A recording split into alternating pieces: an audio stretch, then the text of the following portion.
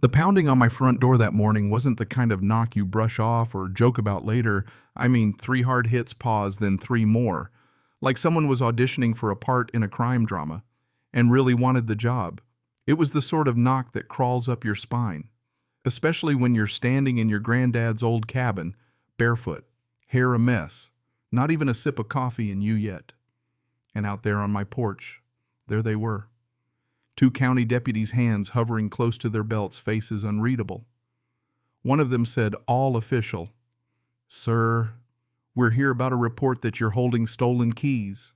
And behind them, right across my gravel driveway, leaning on her shiny SUV with the kind of smugness you only see in courtroom sketches or bad reality TV, was Vanessa Harrington, president of our homeowners association, clipboard tucked under her arm, hair flawless coat, not a speck of mountain dust on it. She looked at me like she'd already won, like she'd already got the ribbon for most difficult neighbor in Cedar Hollow. That little smile of hers was almost daring me to say the wrong thing right there in front of the whole damn mountain. I blinked at the badge, then at my own porch rail, then out at that calm, indifferent sky, like maybe the mountains would explain how a guy can get accused of theft inside the house his grandfather built. Stolen keys, I repeated, just trying to get my bearings. The first deputy kept it businesslike. "We received a complaint. Ma'am says you took possession of property that isn't yours." I caught Vanessa's chin lift from across the drive. Her clipboard glinted. Her coat probably cost more than my entire woodpile.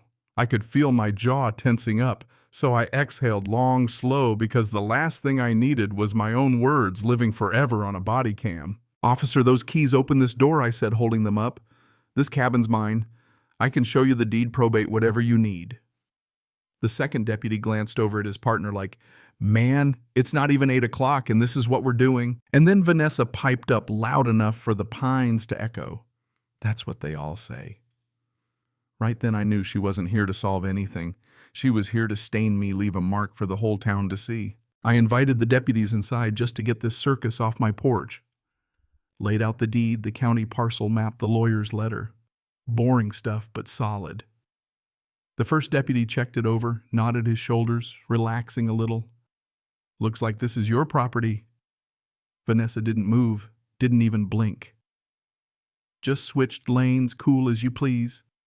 "Well, then he's in violation of HOA requirements.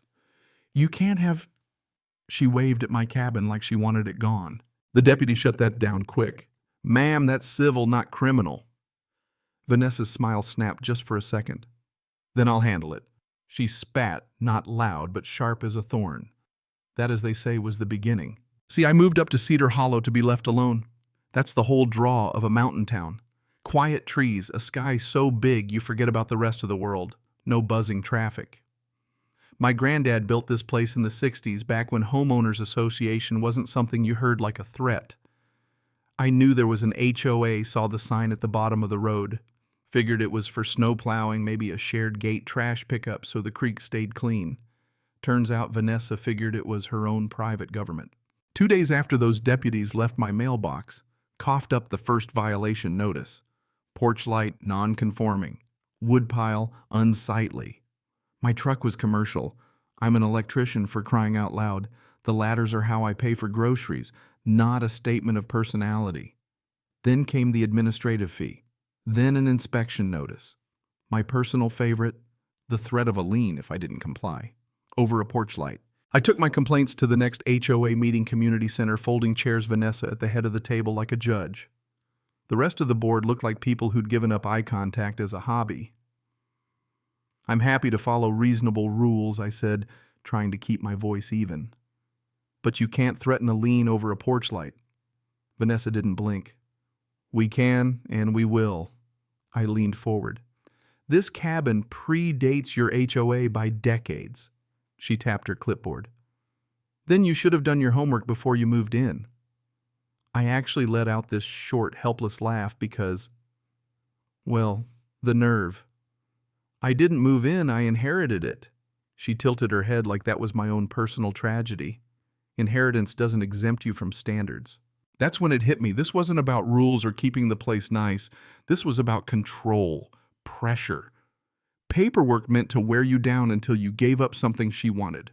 And what she wanted wasn't just a porch light. A week later, I caught Vanessa herself on my property.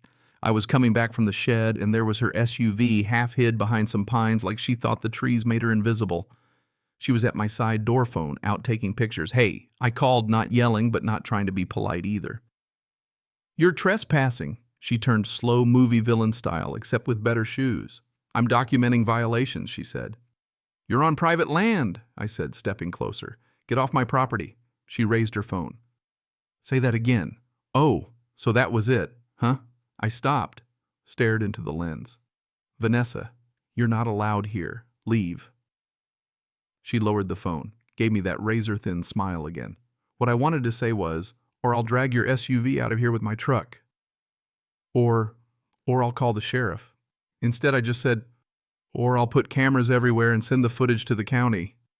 Her eyes narrowed just a bit, and then she walked off like she was doing me a favor. That night, I put up cameras, not because I'm paranoid, just practical. One on the porch, one on the drive, one covering the side door. Motion lights, cloud storage, a little metal sign that just says smile. After that, the letters came even faster. Bold print deadlines, threats of board action. Every time I tried to have an adult conversation, show me the bylaws, let's talk. Show me the boundary map, she'd just dodge escalate. And right in the middle of all this, she went back to the police. This time she claimed I was threatening her, that I had weapons on the property, that she feared for her safety. I watched the next patrol car roll up with that feeling in your gut, like a roller coaster that only goes down. The officer just needed a few questions. Vanessa was across the road filming from her SUV like it was all just more content. I kept my answers short, calm, because the more you talk, the more you give people to twist. When the officer left, he didn't even look at her. Ma'am, stop contacting us about civil matters. Vanessa's face went hard like she'd just been insulted in a language nobody else understood. That night, I sat at my kitchen table drowning in paperwork violation letters, fee schedules, HOA bylaws printed at midnight like a maniac. My own name on those envelopes started looking foreign, like I was someone else in a mess I never asked for. I'll be straight, I hit a wall. Not maybe she's right, doubt, just the question. Am I really going to spend my life fighting a woman with a clipboard? I thought about selling. I thought about walking away. I thought about what it'd feel like to just stop checking the mailbox, let the whole mess swallow itself. And then I remembered her smile behind those deputies on my porch. And I realized if I left, she wouldn't just win, she'd learn it works. And she'd do it again. The change didn't come from bravery, it came from a cleaner kind of anger. So I started building a file. Every letter scanned. Every inspection attempt logged. Every time her SUV showed up, my cameras caught it, date, time, plate number, video, the works. I wasn't being dramatic, just making it undeniable. 2 days before the next HOA emergency meeting, I got a different kind of knock, soft, hesitant. Young guy, 20s hoodie with a local contractor logo, kept looking over his shoulder like the trees were listening. Are you Ethan? Yeah. He handed me a plain envelope. I shouldn't be here, but she's been telling Trevor to get proof. Like, make it look like you're in violation. My mouth went dry. Trevor, her boyfriend. He runs that contractor crew. I opened the envelope. Inside printed emails, a list of property schedules, photos, even a note. If needed access, exterior door to document, unsafe entry hardware. Translation. They were planning to mess with my door. The kid was already backing away.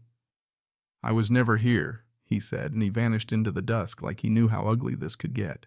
The meeting was packed. Neighbors I barely knew showed up because in a mountain town, everyone knows if paperwork can take a man's home, it can happen to you next. Vanessa at the front, hair perfect, eyes bright, started in, "We're here due to safety concerns and repeated non-compliance." She pointed right at me.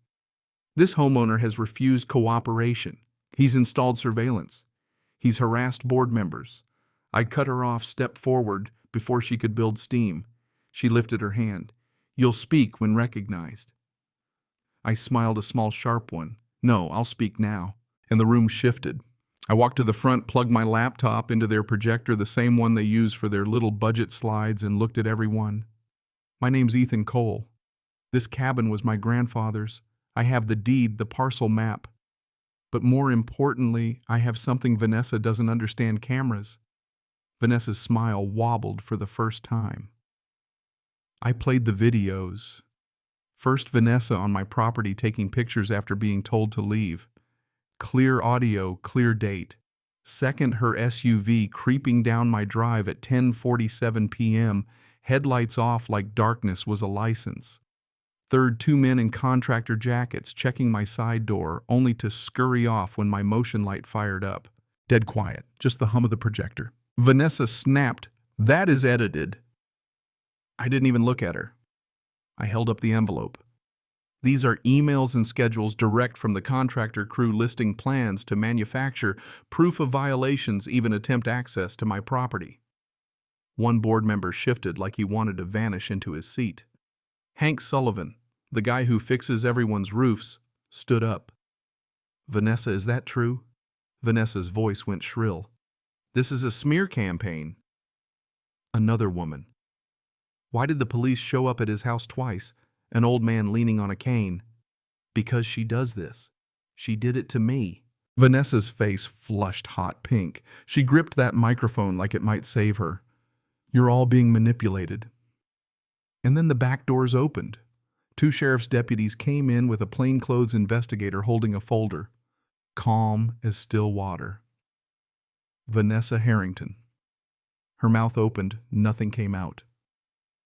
"We've received multiple complaints, including evidence of false reports, harassment, coordinated attempts to interfere with private property."